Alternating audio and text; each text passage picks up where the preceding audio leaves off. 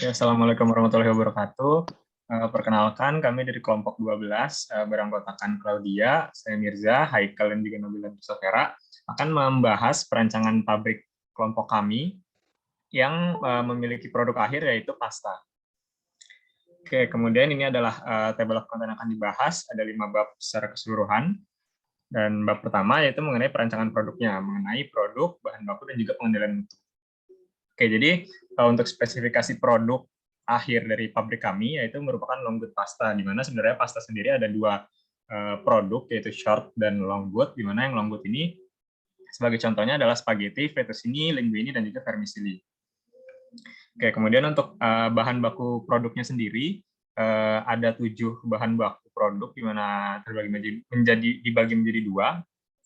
Bahan baku utama dan juga bahan tambahan, di mana yang bahan baku utamanya ada durum wheat, hard wheat, tepung mesolina, air, garam, pengemulsi, dan yang terakhir ada zat pewarna makanan sebagai bahan tambahan. Oke, untuk bahan bakunya yang pertama durum wheat atau hard wheat atau gandum, di sini merupakan bahan baku utama sebelum diubah menjadi tepung semolina, di mana tepung semolina ini merupakan bahan baku utama dalam pembuatan pasta. Yang pertama, durum wheat ini merupakan biji gandum yang sifatnya keras dan juga memiliki bahan baku atau daya serap yang sangat tinggi, di mana dia akan menghasilkan semolina atau tepung semolina yang berwarna kuning. Serta hard wheat ini, yang kedua, merupakan gandum juga, di mana spesifikasinya kulitnya berwarna merah, coklat, dan juga memiliki kekerasan yaitu 20-25 PSI. Oke, kemudian ini tepung semolina, di mana tepung semolina ini merupakan bahan baku utamanya. Dia yang nanti akan dicampur dengan air sehingga nanti akan membentuk endapan atau padatan yang nanti diolah menjadi pasta, di mana dari bahan bakunya yaitu biji gandum, dia memiliki tekstur yang lebih kasar serta memiliki ukuran sekitar 300 mikron. Oke, kemudian air merupakan bahan baku utama juga, di mana peranan air merupakan pengendap atau yang nanti akan dicampurkan oleh tepung semolina, di mana untuk pencampuran itu sendiri memiliki syarat mutu air, yaitu terdapat syaratnya di sebelah kiri, dan nanti yang akan digunakan airnya akan mengalami filter atau treatment terlebih dahulu, di mana airnya nanti air PDAM yang akan masuk ke centrifugation, kemudian masuk ke activated carbon filter, kemudian masuk ke microfilter menggunakan UV lamp, dan yang terakhir dia akan keluar sebagai filter proses water. Kemudian ada bahan baku tambahannya, ada 3 di sini yang digunakan, ada garam, di mana garam ini digunakan untuk memperkuat tekstur, reaksi gluten, karbohidrat dalam mengikat air, dan juga garam berpengaruh dalam penurunan AW atau activity water untuk gelatinisasi. Yang kedua ada pengemulsi, di mana pengemulsi yang digunakan adalah pengemulsi CMC, di mana untuk membentuk larutan koloid, yang juga sebagai pengembang, dan yang terakhir adalah zat pewarna makanan untuk mengubah warna tepungnya tadi menjadi warna kuning sesuai dengan warna pasta yang biasa digunakan, dan zat pewarnanya adalah tartrazin Cl ini 1940. Oke, kemudian ini merupakan syarat mutu pasta, di mana berdasarkan SNI telah ditetapkan untuk diameter pasta yaitu 1,4 sampai 2,5 mm untuk diameternya. Kemudian memiliki kecacatan maksimal yaitu 10%, masa simpan maksimal 6 bulan, dan yang terakhir memiliki karakteristik tidak hancur dan patah saat direbus, dan lain-lainnya. Jadi semuanya sudah diatur syarat mutu pastanya, yang kemudian bagaimana untuk mengendalikan mutu sehingga sesuai dengan yang sudah ditetapkan. Kurang lebih ada 3 quality control nanti dalam pabrik kami. Ada incoming untuk bertanggung jawab atas mutu yang barang masuk hingga barang tersebut masuk ke proses quality. Yang kedua di proses quality control, di mana ini dia akan bertanggung jawab pada proses yang terjadi. Dan yang terakhir ada outgoing quality control atau quality control yang bertugas untuk barang-barang yang telah jadi untuk didistribusikan ke distributor. Perkenalkan, nama saya Nabila Putri Nusafera. Saya akan melanjutkan presentasi ke bagian 2, yaitu perancangan proses. Next. Berikut ini adalah block flow diagram dari proses produksi pasta, di mana bahan baku berupa biji gandum diolah menjadi tepung semolina, lalu dengan menambahkan zat aditif ditimbang dengan continuous waiter, dan dilakukan pencampuran dengan high speed mixer dengan air. Kemudian lanjut ke tahap pencetakan pasta sehingga diperoleh pasta dengan bentuk panjang. Lalu masuk ke tahap pengeringan dengan suhu 100 Celcius.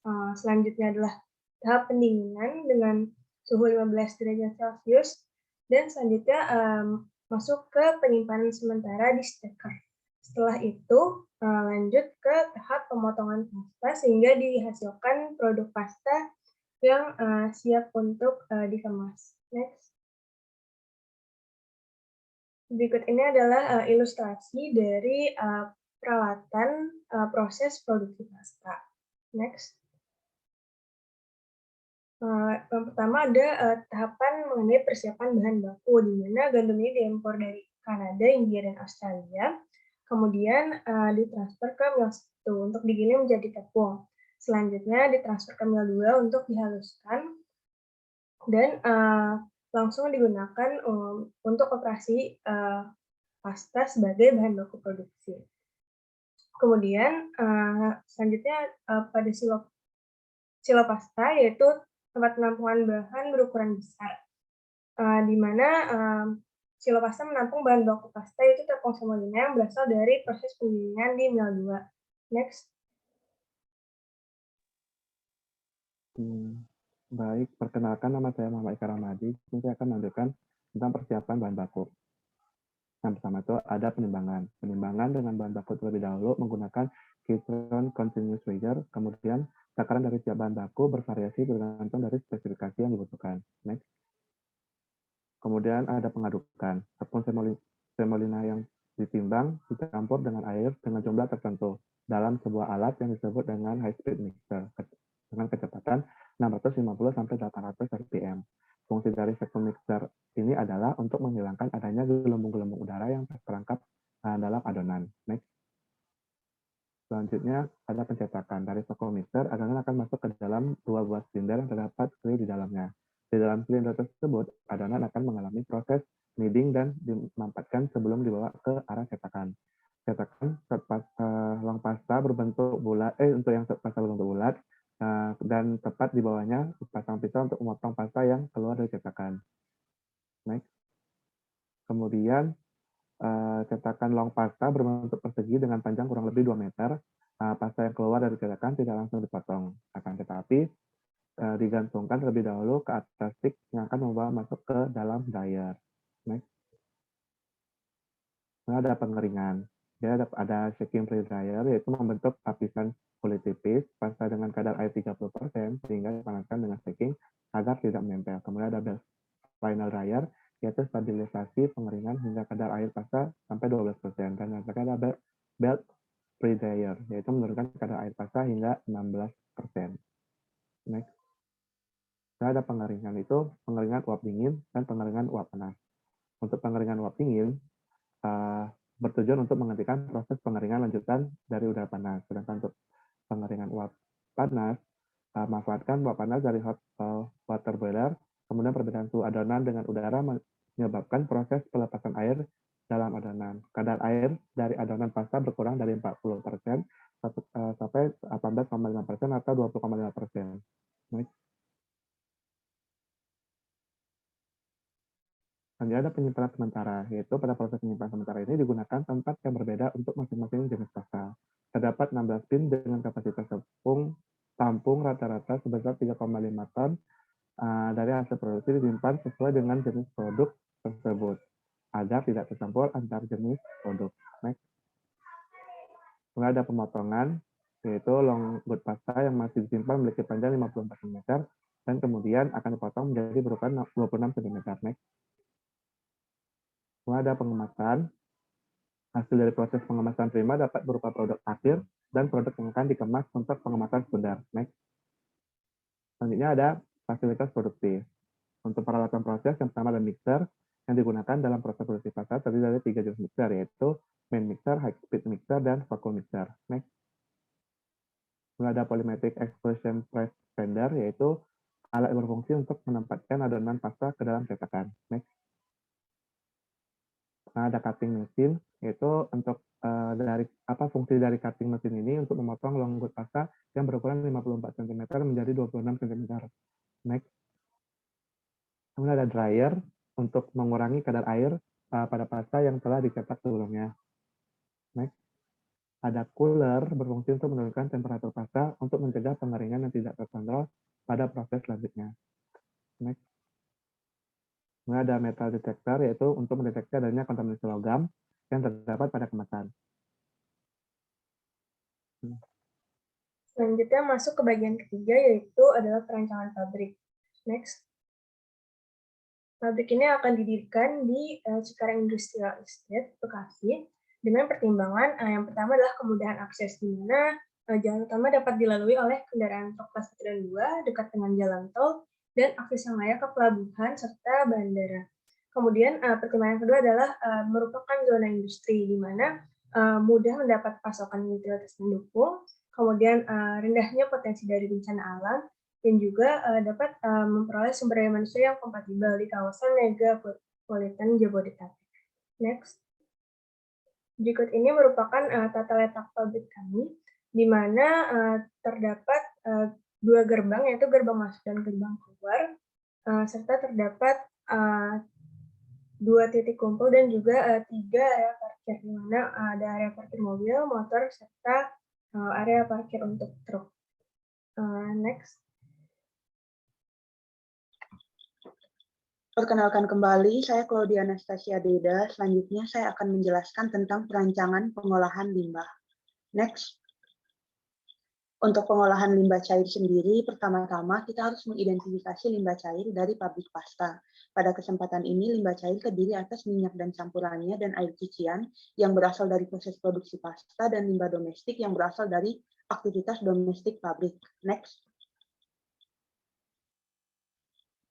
Kemudian, untuk proses pengolahan limbah cair ini menggunakan wastewater treatment pada pabrik pasta, di mana mula-mula waste dimasukkan ke bak penampung. Pada proses ini belum terjadi proses apapun, bak penampung hanya digunakan untuk menampung limbah.